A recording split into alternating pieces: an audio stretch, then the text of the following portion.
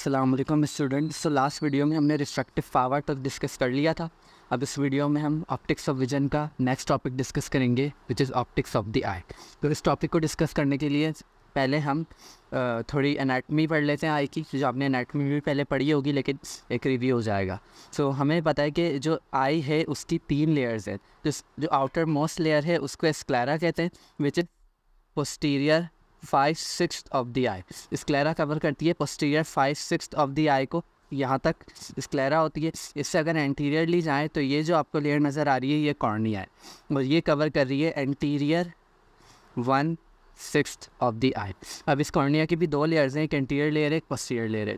Okay, अगर sclera से inner side पर देखें तो इससे अंदर जो लेयर है उसका नाम है कोरॉइड। इस कोरॉइड से आगे सिलियरी बॉडी पड़ी हुई है जहाँ पे सिलियरी मसल्स वगैरह होते हैं, और इस सिलियरी बॉडी से आगे आयरिस है। ये दोनों साइड पर आयरिस नज़र आ रहा है, सिलियरी बॉडी हैं दोनों साइड पर। ओके, और इन दोनों आयरिस के बीच में एक स्मॉल ओपनिंग है, एक अपर्चर है जिसे कहते हैं प्यूपिल। सही है। अब अगर हम देखें तो ये जो कॉर्निया है इसके पोस्टीरियरली एक फ्लूइड भरा हुआ होता है जिसे एक्वस ह्यूमर कहते हैं। क्या कहते हैं? Aqueous humour. ओके, और अगर मोर पोस्टीरियरली देखें तो यहाँ पर लेंस है। लेंस अटैच होता है चारों साइड से through suspensory ligament. Suspensory ligament से अटैच होता है टू सिलियरी बॉडी। यहाँ पे हमारे पास सिलियरी बॉडी में सिलियरी मसल्स हैं, तो ये जो लेंस है ये सिलियरी मसल से कनेक्टेड है थ्रू सस्पेंसरी लिगामेंट, और ये चारों तरफ से आई के लेंस को कवर कर रहे होते हैं। और इस लेंस से पीछे जितना भी कंपार्टमेंट है ये विट्रस ह्यूमर है, ये भी एक फ्लूइड है। विट्रस ह्यूमर या विट्रस बॉडी भी कहते हैं इसकी कंसिस्टेंसी की वजह से।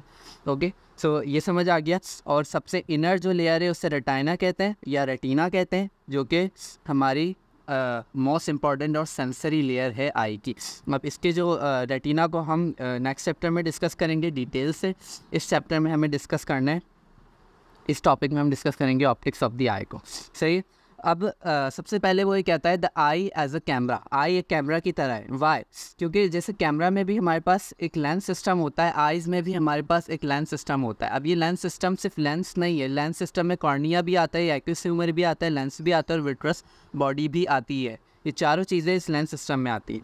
और वेरिएबल अपर्चर होता है, जिस तरह कैमरा में भी हमारे पास भी एक आई में वेरिएबल अपर्चर होता है, जिसका मैंने अभी नाम लिया, अभी जिक्र किया कि ये एक वेरिएबल अपर्चर है या एक ओपनिंग है जिसे हम प्यूपिल कहते हैं। तो आइस के केस में वो वेरिएबल अपर्चर क्या है?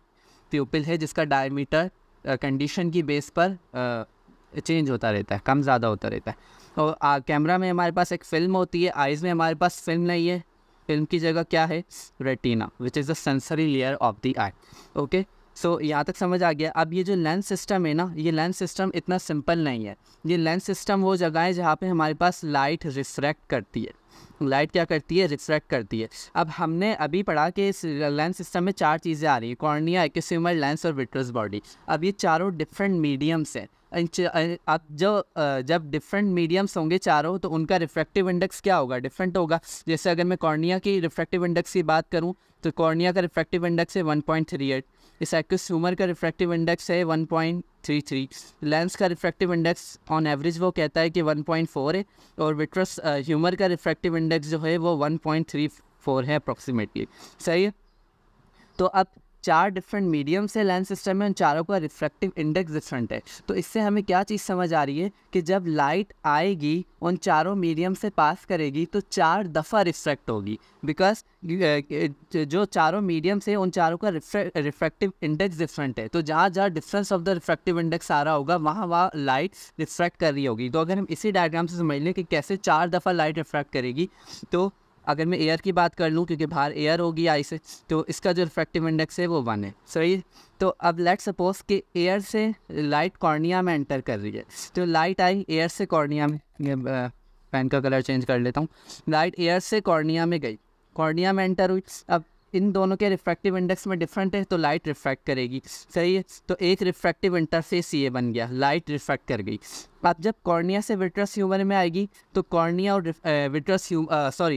कॉर्निया से एक्वस ह्यूमर में आएगी तो कॉर्निया और एक्वस ह्यूमर के रिफ्रैक्टिव इंडेक्स में भी डिफरेंस है, तो लाइट जो है अगेन बेंड करेगी। तो जब लाइट अगेन बेंड करेगी तो एक और रिफ्रैक्टिव इंटरफेस बन जाएगा इन दोनों के बीच में। जब एक्विस ह्यूमर से लाइट लेंस में एंटर करेगी तो एक्विस ह्यूमर और लेंस का रिफ्रैक्टिव इंडेक्स भी डिफरेंट है, तो अगेन लाइट क्या करेगी, रिफ्रैक्ट करेगी।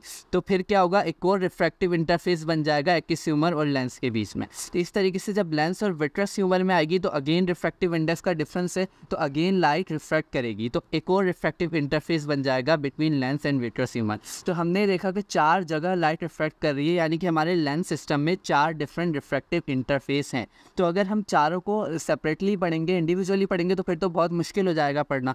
तो हम क्या करते हैं, इस पूरे लेंस सिस्टम को जिसमें 4 रिफ्रैक्टिव इंटरफेस हैं, इन चारों रिफ्रैक्टिव इंटरफेस को हम क्या करते हैं, अलजेब्रिकली एडिट करते हैं, अलजेब्रिकली ऐड करते हैं और अलजेब्रिकली ऐड करके एक सिंगल रिफ्रैक्टिव इंटरफेस कंसिडर कर लेते हैं, सिंगल रिफ्रैक्टिव इंटरफेस कंसिडर कर लेंगे।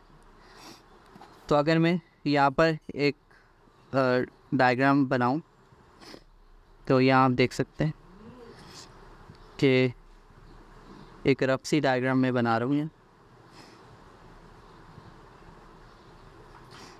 ये हमारे पास कॉर्निया है, ये एक्विस ह्यूमर है और ये लेंस है और ये विट्रस बॉडी है, सही।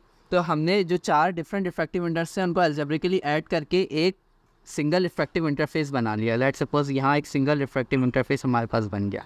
अब हम कहेंगे कि यहाँ पर लाइट की रिफ्रैक्शन हो रही है अपनी सिंप्लिसिटी के लिए, क्योंकि अगर 4 डिफरेंट जगहों पे पढ़ेंगे तो मुश्किल हो जाएगा। अब चूँकि स्टूडेंट्स हमने इस कॉम्प्लिकेटेड मॉडल ऑफ द आई को सिंप्लीफाई कर लिया।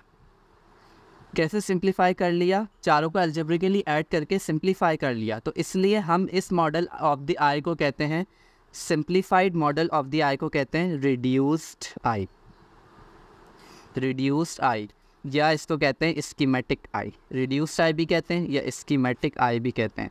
रिड्यूस्ड आई या schematic eye is the simplified model of the eye, सही है। और ये हमने स्टडी पर्पस के लिए किया है ताकि हम इजीली स्टडी कर सकें, क्योंकि चारों को सेपरेटली स्टडी करेंगे तो मुश्किल होगा। अब क्योंकि स्टूडेंट हमने इन चारों को एक ही रिफ्रैक्टिव इंटरफेस कंसिडर कर लिया, तो हम क्या कहेंगे कि इन चारों की जो टोटल पावर है वो कितनी है, 59 डायोप्टर। जो टोटल रिफ्रैक्टिव पावर है वो है 59 डायोप्टर्स या प्लस 59 डायोप्टर्स, क्योंकि हमारा जो लेंस है वो कॉन्वेक्स लेंस है, सही, प्लस 59 डायोप्टर। अब इसमें से जो 2/3 है, 2/3 ऑलमोस्ट 39 या 40 बन जाएगा, वो कॉर्निया की है, और जो 1/3 है जो कि ऑलमोस्ट 20 बन जाएगी, वो हमारे पास किसकी है, वो लेंस की है, सही है। 59 की 2/3 कॉर्निया की है और 1/3 लेंस की है। अब क्यों ऐसा क्यों है, ऐसा इसलिए स्टूडेंट्स क्योंकि अगर हम यहाँ देख लें, हमने ये पढ़ा था अपनी फर्स्ट वीडियो में कि जितना ज़्यादा 2 मीडियम के बीच में रिफ्रैक्टिव इंडाइसिस का डिफरेंस होगा उतनी ज़्यादा रिफ्रैक्शन होगी, और जितनी ज़्यादा रिफ्रैक्शन होगी उतनी ज़्यादा उस मीडियम की रिफ्रैक्टिव पावर होगी। तो सबसे ज़्यादा जो रिफ्रैक्टिव इंडेक्स में डिफरेंस है वो किन 2 मीडियम्स में, ऑब्वियसली वो एयर और कॉर्निया के दरमियान है, क्योंकि एयर का रिफ्रैक्टिव इंडेक्स 1 है और कॉर्निया का 1.38 है। तो अगर मैं इनका डिफरेंस ले लूँ तो वो 0.38 का डिफरेंस है, जो कि बहुत ज़्यादा है। तो इन 2 मीडियम्स के दरमियान रिफ्रैक्टिव इंडाइसिस का डिफरेंस ज़्यादा है, इसलिए सबसे ज़्यादा रिफ्रैक्शन यहाँ होगी, इसलिए रिफ्रैक्टिव पावर सबसे ज़्यादा कॉर्निया की है। जबकि अगर कॉर्निया और एक्विस ह्यूमर में देखें तो इतना डिफरेंस थी, इस तरह एक्विस ह्यूमर और लेंस में इतना डिफरेंस थी, सर विट्रस ह्यूमर के दरमियान भी इतना डिफरेंस नहीं है, सही है। तो इसलिए क्या होगा कि जो हमारी प्लस 59 डायोप्टर रिफ्रैक्टिव पावर है उसका 2/3 जो है वो सिर्फ कॉर्निया की रिफ्रैक्टिव पावर है और 1/3 बाकी सबकी है, 1/3 बाकी इन सब की एक एक्विस ह्यूमर, लेंस और विट्रस ह्यूमर, सही। तो ये पॉइंट क्लियर हो गया। अब नेक्स्ट वीडियो में हम डिस्कस करेंगे अकोमोडेशन।